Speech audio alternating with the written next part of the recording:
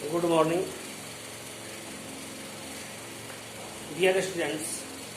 आज हम लोग रेडियो एक्टिविटी के विषय में जानेंगे। इस वीडियो में हम रेडियो एक्टिविटी क्या है और रेडियो एक्टिविटी किरणें कितनी प्रकार की होती हैं, क्या उसकी प्रॉपर्टी है, इसके विषय में हम लोग जानेंगे।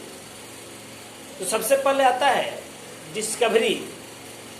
The radio activity is discovered by a French scientist, Henri Becquerel. Henri Becquerel in 1896. Henri Becquerel in 1896 who discovered the radioactivity. ये हेनरी बेक्वेल एक फ्रेंच साइंटिस्ट था। उन्होंने रेडियोएक्टिविटी का डिस्कवरी किया। इसकी कहानी भी है। वास्तव में ये रेडियोएक्टिविटी पर खोज नहीं कर रहे थे, लेकिन वह आपको बीच में जैसे फ्लोरेसेंस पर उनकी जो एक्सपेरिमेंट चल रही थी, उसी के बीच में रेडियोएक्टिविटी का आविष्कार हुआ। इसमें जैसे हमने रेडियोएक्टिविटी को जो डिफाइन किया, वो radioactivity the phenomenon of substances which meets certain highly active radiations are called radioactive substance and the phenomenon is known as radioactivity. वैसे सबस्टेंस जो हाईली एक्टिव रेडिएशंस को इमिट करते हैं, उसको रेडियोएक्टिव सबस्टेंस कहा गया। उस फेनोमेनन को, वह एलिमेंट के उस गुण को रेडियोएक्टिविटी कहा गया। यही रेडियोएक्टिविटी की परिभाषा है कि जैसे हम लोग आइसोटोप्स में पढ़े थे, हाइड्रोजन के 3 आइसोटोप्स। तो एक उसका जो आइसोटोप्स है ट्रिटियम जो आइसोटोप्स है ट्रिटियम 1H3, ये आपको रेडियोएक्टिव है। Tritium is radioactive. या ये रेडियोएक्टिविटी का कारण उसके न्यूक्लियस का अनस्टेबल होगा। न्यूक्लियस जब अनस्टेबल होगा तो वह सबस्टेंस रेडियोएक्टिव होगा, क्योंकि न्यूक्लियस का अनस्टेबल होना मतलब कि जिसमें न्यूट्रॉन और प्रोटॉन की संख्या बराबर नहीं हो। न्यूट्रॉन की संख्या प्रोटॉन की संख्या बराबर नहीं हो तो सबस्टेंस रेडियोएक्टिव होता है। ये जनरली मैंने ऐसी देखिए, रेडियोएक्टिविटी में हम लोग ऐसा पढ़ते भी हैं। अब है कि इसमें एक ब्लॉक ऑफ लेड लिया गया, लेड का एक ब्लॉक लिया गया, जिसमें एक रेडियोएक्टिव सबस्टेंस को, एलिमेंट को रखा है। एक ग्रुप बना करके इसमें रेडियोएक्टिव एलिमेंट को रखा गया। इसको 2 प्लेट, एक निगेटिव चार्ज थे, एक पॉजिटिव चार्ज, 2 इलेक्ट्रिक प्लेट, एक निगेटिव चार्ज एक पॉजिटिव चार्ज को 2 तरफ रखा गया और उसके ऊपर एक फोटोग्राफिक प्लेट, यह जो प्लेट है फोटोग्राफिक प्लेट है, उसको रखा गया। तो इससे जो किरणें निकली, यह इस प्लेट को 3 जगहों पर प्रभावित की।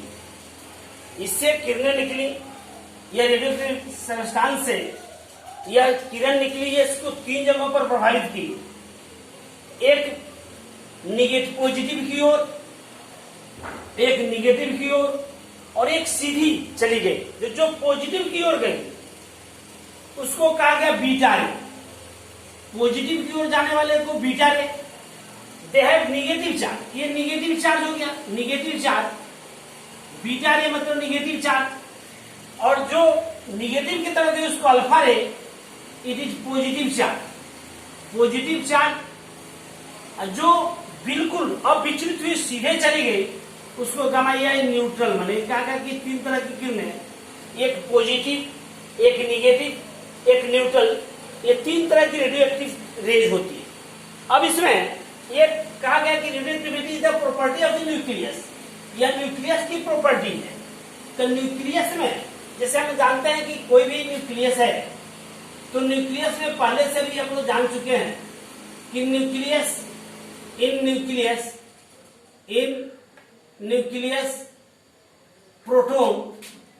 Proton and neutron are situated. ये 2 ही रहता है, सिचुएटेड। और इसके चारों तरफ इलेक्ट्रॉन जो होते हैं, यह इलेक्ट्रॉन इसमें घूमते रहता है, इलेक्ट्रॉन। तो न्यूट्रॉन से और प्रोटॉन से या आपको बीटा रे का निकलना थोड़ा सा लगता है कि कैसे बीटा रे निकल गया, क्योंकि निगेटिव चार्ज है। तो बीटा रे का निकलना ये लगता है कि थोड़ा सा हम लोगों को यह जादुई लगता है कि यह जादू की तरह, अगर वहां पर पॉजिटिव रे है तो फिर बीटा रे कहां से निकला, इसकी भी चर्चा हम लोग करेंगे आगे में। अब इसमें जैसे यहां पर हीलियम है, alpha rays are positively charged they है +2 charge and 4 unit mass it is just like unit mass, 4 unit mass होते हैं इसमें। +2 चार्ज पॉजिटिव चार्ज होते हैं, they have +2 charge and 4 unit mass. It is just like the nucleus of helium. Alpha rays कह सकते हैं, alpha rays are just like nucleus of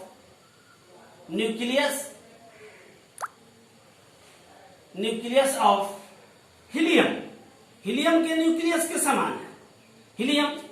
it is also represented by He++। Alpha रे को हम He++ के रूप में ही denote कर सकते हैं। जैसे हीलियम है तो हीलियम में यह 2 इसका एटॉमिक नंबर, 4 इसका मास नंबर है, 2 इलेक्ट्रॉन 2 प्रोटॉन और 2 न्यूट्रॉन है। तो इलेक्ट्रॉन जब निकल गया, ये 2 इलेक्ट्रॉन अगर इससे निकल जाता है हीलियम से 2 इलेक्ट्रॉन निकल जाने के बाद यह He++ हो जाए, ये He++ होगा, He++, जिसमें 2 प्रोटॉन और 2 न्यूट्रॉन बच जाएंगे। इसे कहेंगे कि alpha ray just like a nucleus of helium. Alpha ray nucleus helium के न्यूक्लियस की तरह होते हैं, और beta ray just like fast moving electron. Beta rays are just like fast moving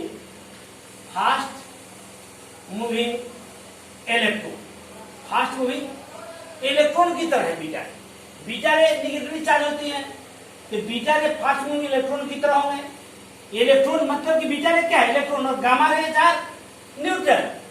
gamma rays are neutral, ये gamma ray neutral होती है। 3 चीजें हम लोग, gamma rays are neutral, alpha ray positive charge, beta ray negative charge और gamma ray neutral होती है। इसको हमको ध्यान में देख करके यह हमको याद रखना है कि जैसे भी कभी भी किसी एटम से अल्फा रे अगर हम पास करते हैं तो वह अगर कहीं भी डिफ्लेक्शन होता है अल्फा रे का, मतलब कि वहां पर कोई ना कोई पॉजिटिव चार्ज है। तो इतना हम लोग पहले जान लें कि alpha ray positive charge, beta ray negative charge और गामा रेज न्यूट्रल होती हैं। पॉजिटिव चार्ज कैसे है, तो हीलियम के न्यूक्लियस के माने उसमें कुछ ना कुछ मास होता है, मास हीलियम के बराबर होता है, उसके न्यूक्लियस के सदृश, मतलब कि mass equal to the helium. और यह beta rays that is fast moving electron, mass इसका तो कम होगा। तो अल्फा रे का मास हीलियम के न्यूक्लियस के बराबर, बीटा रे का जो मास होता है वह कम होता है, और गामा रे बिल्कुल मासलेस होता है, दैट इज इलेक्ट्रोमैग्नेटिक वेव। इस तीनों की चर्चा हम लोग अल्फा और बीटा गामा रे जान करके अब हम आगे जैसे करते हैं रदरफोर्ड अल्फा स्कैटरिंग एक्सपेरिमेंट, इसके आगे वाले वीडियो में, कि रदरफोर्ड ने अल्फा स्कैटरिंग एक्सपेरिमेंट के आधार पर किस तरह से आविष्कार किया न्यूक्लियस का, इसकी चर्चा हम लोग करेंगे। इसको आप लोग देखिए और अल्फा और बीटा और गामा रे क्या है इसके विषय में जानिए।